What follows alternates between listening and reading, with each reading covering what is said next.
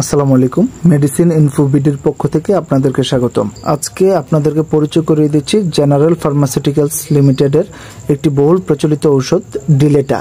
ডিলেটা ট্যাবলেটটির group নাম হচ্ছে ফ্লোপেন্টিক্সল plus মেলিট্রাসিন। এই ওষুধটি যে সকল সমস্যার জন্য নির্দেশিত তা হলো বিভিন্ন ধরনের দুশ্চিন্তা, অবসন্নতা, উদাসীনতা, psychogenic depression, depressive neurosis, mask depression, psychosomatic affection এর সাথে সংশ্লিষ্ট দুশ্চিন্তা এবং উদাসীনতা, মেনোপজাল ডিপ্রেশন এবং অ্যালকোহল সেবনকারী ও মাদকাসক্তের ডিপ্রেশন এবং ডিসফোরিয়া ইত্যাদি সহ সাধারণত যে সকল রোগীদের মাথার তালু গরম অনুভব হয় এবং হাতের তালু গরম অনুভব হয় এবং অস্থিরতা এবং বিষণ্ণতা থাকে, সে সকল রোগীদের জন্য এই ডিলেটা ট্যাবলেটটি অধিক কার্যকরী।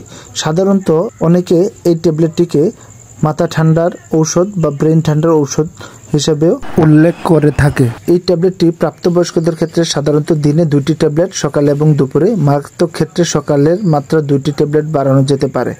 বৃদ্ধ রোগীদের ক্ষেত্রে সকালে 1টি ট্যাবলেট, দীর্ঘমেয়াদী সেবন মাত্রা সাধারণত 1টি ট্যাবলেট সকালে।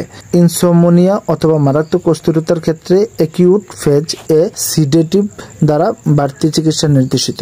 অর্থাৎ এই ট্যাবলেটটি সাধারণ রোগীদের ক্ষেত্রে 2টি ট্যাবলেট সকালে এবং দুপুরে সেবনযোগ্য এবং মারাত্মক ক্ষেত্রে 2টি ট্যাবলেট এর পরিমাণ 2টি ট্যাবলেট পর্যন্ত বাড়ানো যেতে পারে। পার্শ্ব প্রতিক্রিয়া, ট্যাবলেটটির সাধারণত পার্শ্ব প্রতিক্রিয়া খুব দুর্লভ, ক্ষণস্থায়ী অস্থিরতা এবং ইনসোমনিয়া হতে পারে, তবে খুব বেশি পার্শ্ব প্রতিক্রিয়া পরিলক্ষিত না। গর্ভাবস্থা ও স্তন্যদানকালে সাধারণত ফ্লোপেন্টিক্সল মেলিট্রাসিন দেওয়া উচিত নয়। সুপ্রিয় দর্শকবৃন্দ, ভিডিওটি যদি ভালো লেগে থাকে লাইক, কমেন্ট এবং শেয়ার করুন। পাশাপাশি এই ধরনের আরও গুরুত্বপূর্ণ ভিডিও পেতে চ্যানেলটি সাবস্ক্রাইব করে পাশে থাকুন।